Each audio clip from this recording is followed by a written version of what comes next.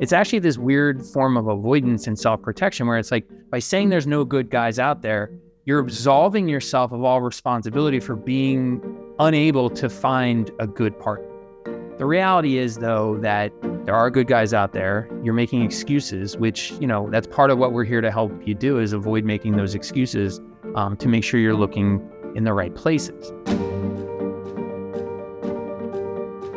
Gary, where are all the good men? Both you and I have heard this story so many times over and over again, where clients will start working with us, and the very first question they have is, where are these guys? Where they don't exist anywhere. And this is a very typical question, especially for those who were married for 20, 30 years, and then they're divorced and find themselves trying to get out there, trying to find love, and they're really struggling. And they download the apps, they try to make it happen, they try to meet these guys, but it turns out that these men are not at all who they say they are. I mean, either they end up being 5'2" when they say that they're 6'1", or they're 50 pounds heavier than they show in their pictures, or maybe when they show up on a first date, dear God, their breath smells like dragon, just breathing all over you. It's just all of the worst types of guys. And the worst part of all of this is when you first start getting out there, and this is your experience, you start to develop this horrible mindset that is the scarcity mindset. Gary, that's a lot of what we hear about, isn't it? Yeah, and then the scarcity thing is you just get it in your head that these guys don't exist. And so that might sound like a harmless mindset, but it's a real problem, because it really encourages you to start tolerating worse and worse behavior. Because if you really don't think there's that many guys out there, then all of a sudden you're going to in this like mindset of being willing to settle, right? And so, this whole mindset is wrong. Right? We can just start off by saying it's wrong. Unless you live in a shack in the middle of the woods in Alaska, there are guys out there. It's just a matter of knowing where to look. And that's what we're going to help people do today is know where to find those guys. Yeah. I mean, having a scarcity mindset in dating is kind of like working at McDonald's, flipping burgers and being like, there are no better jobs out there. And I'm sure there's a lot of people who work at McDonald's, but this is the best job I can get. This is it. This is all I can do. And you just want to be like, no, I promise you, we can do better. We just need to put in a little bit of effort and intentionality into getting you a better job. So if you're finding that all of the guys you're dating are like a disgusting hamburger from McDonald's and it makes you feel like crap 2 hours later, then listen to this podcast, because we're going to be getting into exactly where to meet these guys. Yeah, that's right. I mean, ditch your unhappy meal. Come learn where to get a better meal, right? Hey, Gary, where's a good place to meet good men? You know where? Where? In Connecticut this weekend, because you and I are going to be hanging out in Connecticut this upcoming weekend. By the time this podcast drops, this will probably have passed, but Gary and I have a special date for a couple nights. You excited? A little mandate, little meeting of the man minds. Little meeting of the man minds. We're going to do a little bit of content planning for all of you beautiful ladies. So we're getting a little offside. I'm pretty excited. We're both married, so that's not a thing, but there are good guys everywhere you go. And just as another side tangent, I'm going to just tease this a little bit. I'm going to give you a place where not to meet guys right off the bat. And then at the end, I'm going to give you a place where you definitely can meet guys. And it's actually a place I'm going after this podcast. So let me tell you where not to meet men if you're listening to this. It is at a Taylor Swift concert. I just went to a Taylor Swift concert, and it was like 60,000 screaming teenage girls in Gillette Stadium here in Boston, Massachusetts, in the pouring down rain. You know what's the best part of going to one of these concerts is you can go into the men's restroom and you have the whole place to yourself. It's amazing. No good men there. All right. So don't go to T Swift. Do you agree with that? Yeah. So men's rooms at Gillette Stadium, not good. Not good. Okay, not good. This is the kind of insight you just can't get on other podcasts. That's good. You can't. All right. So that was a side tangent. So this whole thing about not being able to find guys, it is one of the most common complaints, questions, issues that women bring to us. But a lot of this whole podcast topic came from this one particular woman. I don't know if you remember this. It was about a month ago on one of our masterminds. She said, where I live, there aren't any guys, like none. And I've been trying and trying forever, but have found nothing. So now I'm going to start looking long distance. Do you remember this one? Yes, I do. Yeah. Do you remember? You want to do a little fact checking on that? So she said she'd been looking forever. Do you remember exactly how long she had been looking?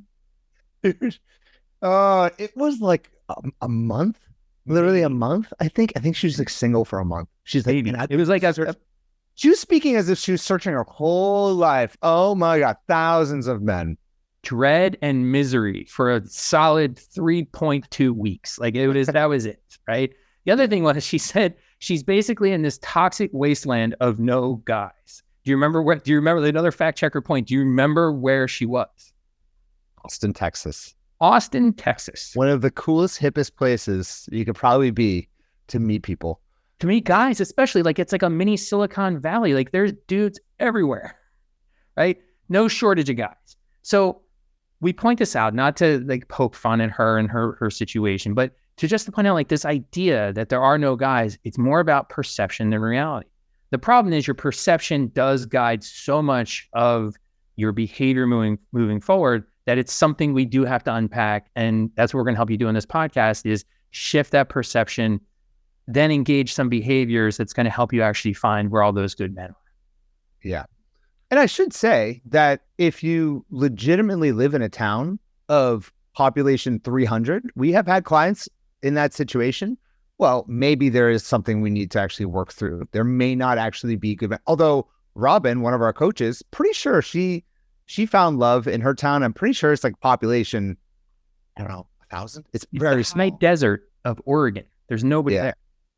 But barring that situation, luckily 99.9% of people listening to this don't live in that small of a town. If you live in a town with more than 5,000 people in it, and certainly once you get into the 20 to 50,000 people and certainly beyond, this is absolutely for you, because I assure you with a little bit of shifts, we can absolutely get you meeting the right type of high value men that you deserve. Yeah. And so, kind of going back to this idea that perception is everything, one of the strategies we implement all the time is just the shifting of mindset. And so when you have the wrong mindset, when it comes to finding guys, you're basically engaging in a bunch of self-sabotage. And so the primary way that you're doing that is through confirmation bias. You know what's confirmation bias, Adam? Confirmation bias is, thank you, Dr. Professor, for putting me on the spot. I'm not one of your students, all right? But luckily, I know the answer to this one because I did well in Psych 101. Confirmation bias is when we have a pre-existing belief system or a notion. And for example, there are no good men in my city. And if we have that pre-existing belief, then everywhere we go, we're going to be looking for evidence that supports that existing belief. So when I go out at night, if I'm like, there are no good men out here, I'm only going to see the guys who are drunk and sloppy and unattractive and not really, or the guys who are being creepy or whatever. And I'm not going to see maybe the other men that might exist who are the good guys. They don't need to be the most attractive guys in the world, but there are good guys there that exist. And we're just going to overlook those men because we have this very well-known psychological bias, which is confirmation bias. And these biases are very, very real, especially with online dating as well. I think that there's a lot there where I've actually done this with my clients. They'll say that there are no good guys, don't exist on the apps. This is when I used to coach clients in person. I would take their phone and be like, great, we're going to swipe together. You ready? And they'd be like, well, no, don't make me do it. Like, no, we're doing this. We're doing this. We're going to do this for a half an hour. It's going to be really fun. And I'm going to swipe for you. And I would just be like, yep, no, yep. And they're like, oh, you know what? You're right. A second opinion. And it was really because they were sabotaging themselves. They were coming from a place of fear where they didn't actually, on the deepest internal level, actually want to put themselves out there again. So they were using this idea of no good men out there, there are no good guys in my area as a protection mechanism to stop them from actually putting themselves in a situation that they could get hurt, is what I believed. Yeah. And, there's another psychological term that relates very much to that, known as self-handicapping. It's where you actually put obstacles in front of you intentionally to prevent you from achieving what you want to achieve. And it's actually this weird form of avoidance and self-protection where it's like, by saying there's no good guys out there, you're absolving yourself of all responsibility for being unable to find a good partner. The reality is, though, that there are good guys out there. You're making excuses, which, that's part of what we're here to help you do, is avoid making those excuses, to make sure you're looking in the right places. The other thing is, as you said, with confirmation bias, it's like whatever you look for, you're going to find. So if you can shift your mindset to thinking about abundance, there are plenty of good guys. Now you're going to start noticing all of the good qualities that these guys have, because people that you meet, the guys that you meet, are going to be a mixture of good and bad qualities. Every single one of them. The bad ones, the good ones, the person you end up with eventually for the rest of your life is going to have a mixture of good and bad qualities. Yeah. And so it's just a matter of kind of like the filter you're using and what you're looking for. What's one of my favorite moments in the masterminds? And this has been happening. And for those who are just chiming in, we have this program called Love Accelerator. It's, we have a ton of clients in there getting results, getting out there, attracting love. So it's our premier love coaching program. Anyways, that was not a plug. That's just letting you know for context. So we do these group sessions and they'll come on and ask scary night questions and so on and so forth. We do quite a bit of this throughout the week, and we coach them and guide them and help them in their love life. And this happens a lot where a woman will be in her maybe 40s, maybe 50s, and be like, oh, no good men. Online dating is the worst. It doesn't work. And then the next question that someone comes up with, like another woman will come on and she's like 71, and it's like, oh my God, this is the most fun thing in the world. There are so many great guys out there. I'm loving every minute of this. And it's like, you can hear it in her voice. She's looking for the good guys. She's looking for the opportunity. She's like, everywhere I go, it just seems like I was at the grocery store and some guy came up to me and it was just wonderful. He's not the most handsome man in the world, but I was so happy. And then I met another guy and oh my God, he was handsome. I don't know what accent I'm using, but you know what I'm saying? And it kind of shuts up the first person, because like all day long we could be saying all this stuff, but the juxtaposition of the younger woman being like, oh, there's nothing out there. Like, I'm in my 40s. I can't make it happen. I don't know why I'm making her like smoker voice, but she'll be like that. And then the 67-year-old woman is like, it's amazing. It's just so fun to watch. And it's all about mindset. It always makes me think of something. I don't know about your grandma, but my grandma used to always have this saying where you get more flies with honey than vinegar. Yeah. I never really understood why she was like hunting for flies or what. That never really made a lot of sense to me, but it's like this just general idea that like, put out good energy, like be pleasant, be positive, and you're going to attract more like positivity to you, I think, than if you're just like have a bad attitude. Yeah. Oh, and on that note, I know personally when I was dating a lot in my late 20s before I met Jessica, there's some women that you go out with where they're going on the date with the assumption that you're a bad guy and you have to like prove yourself to be good.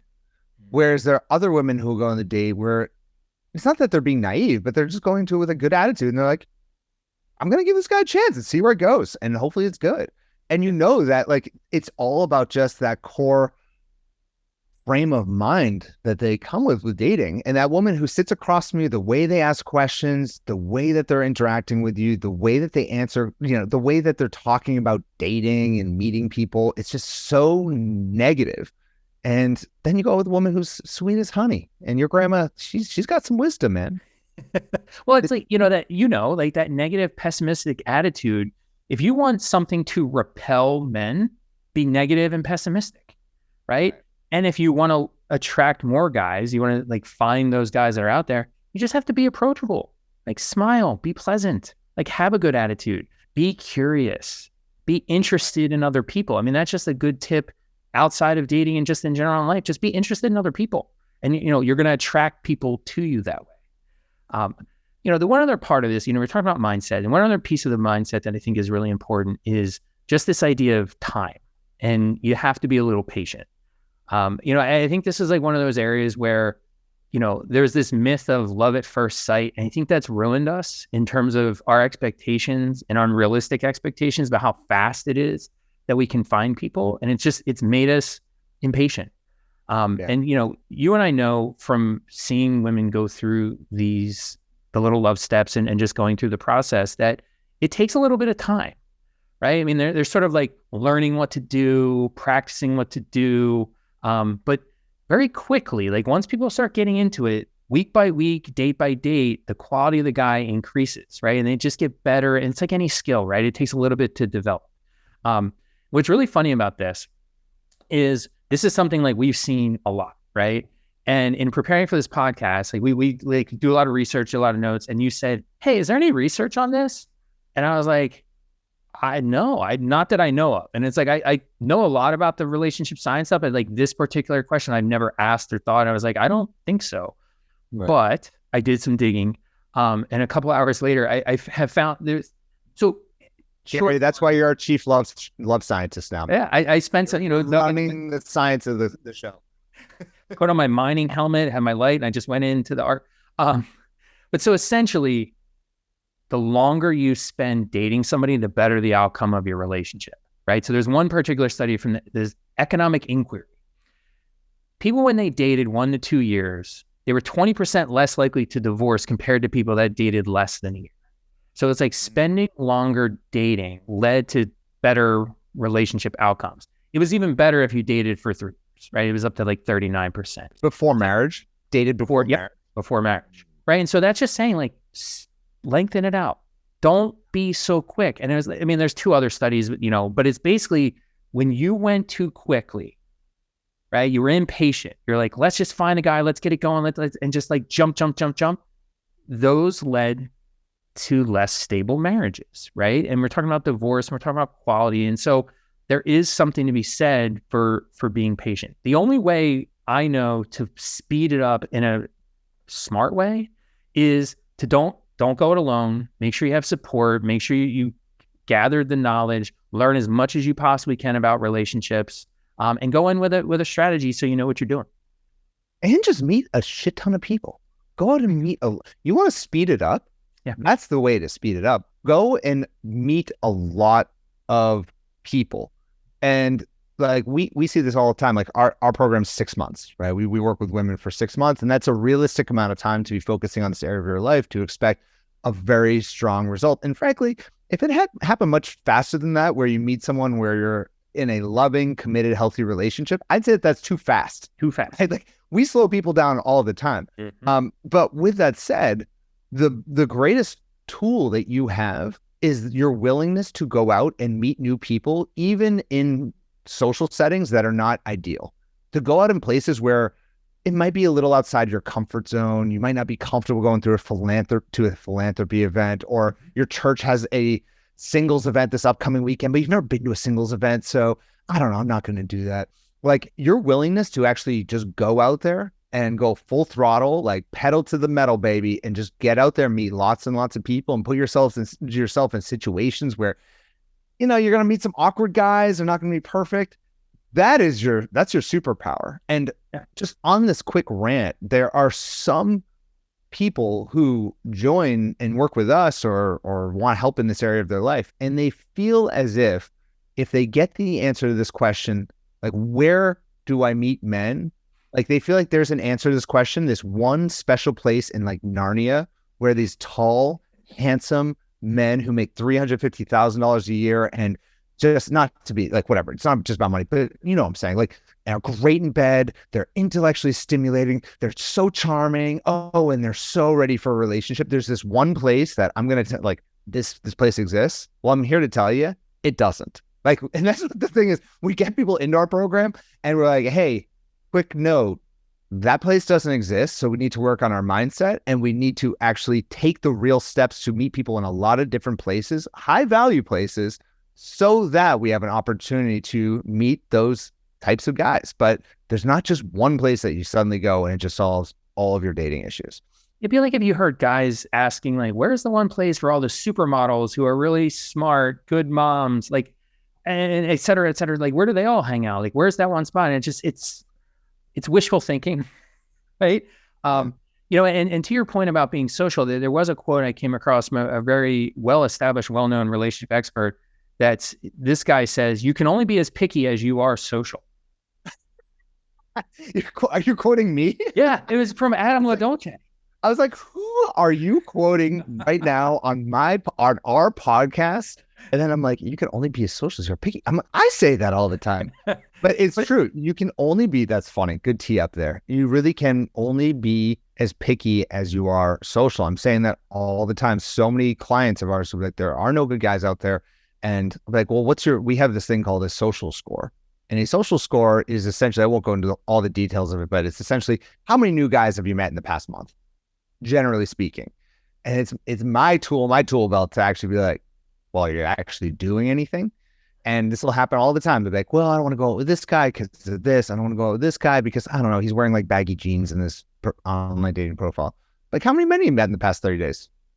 0. Go meet him. If you said 20, great. If you said 5 even, I'd be like, okay, fine. But you can only be as picky as you are social. Put that up on the memes. It won't go viral because no one actually likes that advice. But yeah, at least you ladies are still listening to us. So hopefully you'll take it to heart. Yeah. I mean, you want to diversify your social portfolio, right? Give yourself as many different chances as possible. Right. So speaking of that, so let's talk strategy. Let's talk about what people should actually do. And so the question is, where are they? And so where are all the good guys, I think, is actually the wrong question, right? The right question is, where can I find a guy that's best for me?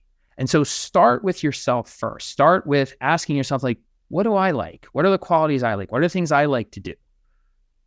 Guys that like that same stuff, where are they? Well, they're in the exact same place, right? If you are outdoorsy and you like spending time in nature and you like going hiking and you go to hiking clubs, the guys who are there by nature all like the same things you like. So it's a pre-selected, pre-sorted list.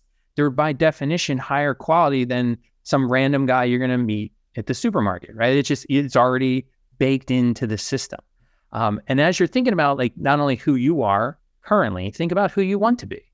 Like, if, for example, you want to become more social and become more extroverted, think about joining a local Toastmasters. Like, they're the public speaking group, right? Lots of guys go to Toastmaster group. I joined a Toastmasters group, and I think I was single at the time, and I think I was trying to meet women. Yeah. I was also a professional. I was becoming a professional speaker. I'd never done it before. Going to a Toastmasters group or it doesn't have to be Toastmasters. Doing some type of comedy thing, like an improv comedy class, is another great way of working on that skill. The nice thing is you are meeting other people, but you're also learning this skill of being outside your social comfort zone. And it's only going to help you in all other situations. So get better at public speaking and you'll get better at dating, period. Yeah. And it's like one of those activities, like, again, focus more on what is that you want to do. Like, find things that you find inherently interesting, because then even if for some reason there are no guys there, you're still going to get benefit from it. And that's just going to raise your mate value going forward. So it's a win-win, really, in a couple of ways, right? Well, they have this saying, like, in the business world, like, never start a business that you don't fundamentally enjoy, because if you don't fundamentally enjoy it, you're not going to move. You're not going to stick with it. And I think the same thing is with meeting people. Find something that you actually enjoy doing, because if you don't actually enjoy it, then you're not going to keep doing it. So the people who are like, oh, I'm going to join a running club, even though I've never run in my life, I don't want to run, but I really want to be with a guy who's super fit. Good luck. You are not going to stick with it. And this is coming from a guy who does not like running. So I get it. Whereas on the other hand, like, for me, I'm really into like extreme sports. So when I go on like ski trips and where it's like more social and single people, yeah, I'll do that every weekend. Because even if I don't meet a woman, fantastic. That's going to be an amazing place to potentially just connect with people. And so if it's not fun, if this process isn't fun, you're doing it wrong.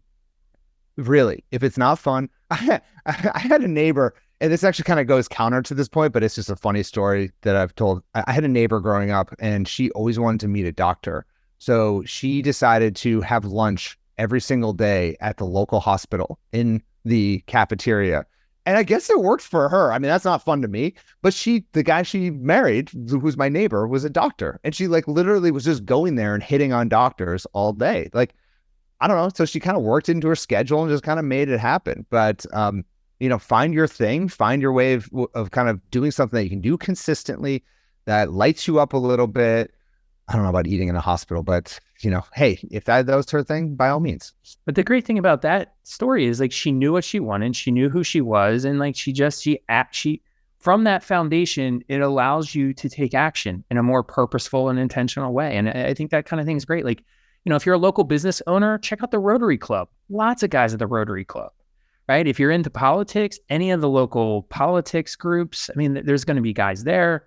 Country clubs, any kind of social club in your area, like those are great places to meet guys. And of course, there's also online.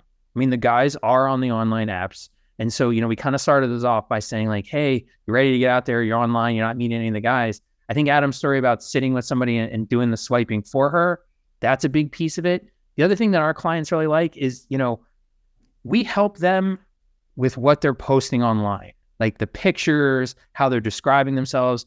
And some of it is, if you're struggling, take a hard look at the pictures you're posting, how you're describing yourself, because there are ways to describe yourself in a way that's going to attract a higher quality guy. Yeah. Yeah. Make it easy for guys to message you. Like, I mean, all right. Actually, before we get into online dating, like there are really two core ways, obviously, to meet people. It's offline and online. Offline, everything we discuss, such as Rotary clubs, Toastmasters, philanthropy events, church, all of those things, those take a little bit of time. Those are not like you just go to an event and suddenly you're going to meet like 10 single men. So, but the good news on the offline is that you tend to get higher quality matches because it's offline and you're kind of being more selective about who you're meeting. Online is kind of the opposite. You're dealing with a lot more kind of riffraff, honestly, just like everything out there. But it is kind of like jet fuel to your love life. There's a lot of options, and you just have to be willing to broaden your horizons and sort through a lot of different types of men. And you might chat with like 20 different guys to get to 2 or 3 guys you meet in real life. And even those 2 or 3 guys, you're not going to be like head over heels in love with before you go and meet them. So you have to be willing to go on lots of what we call meetups in order to get down to the guy that you really want. So notice all of this requires intentional effort and making this a part of your life. And for those of you who this is turning you off, good luck. Keep doing the same thing you're doing over and over again. Expect a different result. We put in a lot of effort in other areas of our lives. Why not into our love life? If you want the same thing, if you want to just keep, a lot of people don't want to get a coach. We hear this a lot because they don't want to put the time into their love life.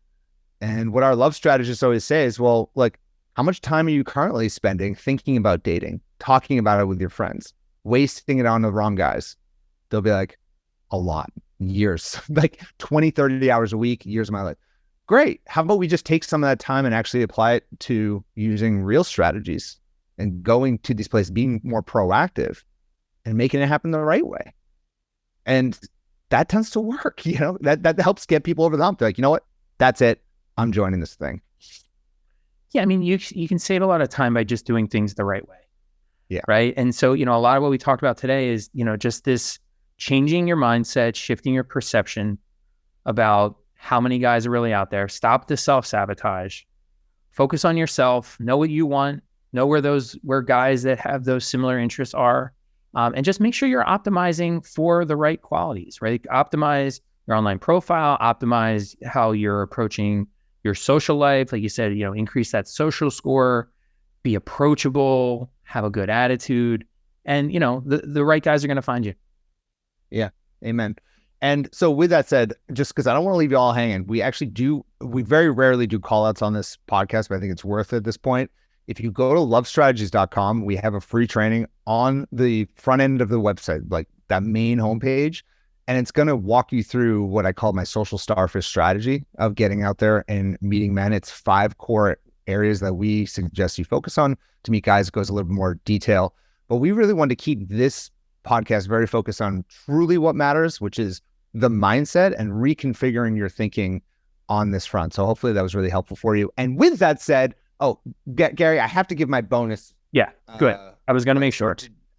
I'm talking over you. Or no. do you? Okay, perfect. Here is the place where I'm hoping to go right now. I need to check the wind. But the best place to meet men, high value men who are in shape, have money, are adventurous and fun. Gary, what do you think it is? It's going to be a backgammon club. To check the wind. It's going to be a kite surfing where guys are kite surfing. Come on. Are you messing with me right now? Yes. Okay. All right. I'm like, do you even know me? I feel like I know where you're going.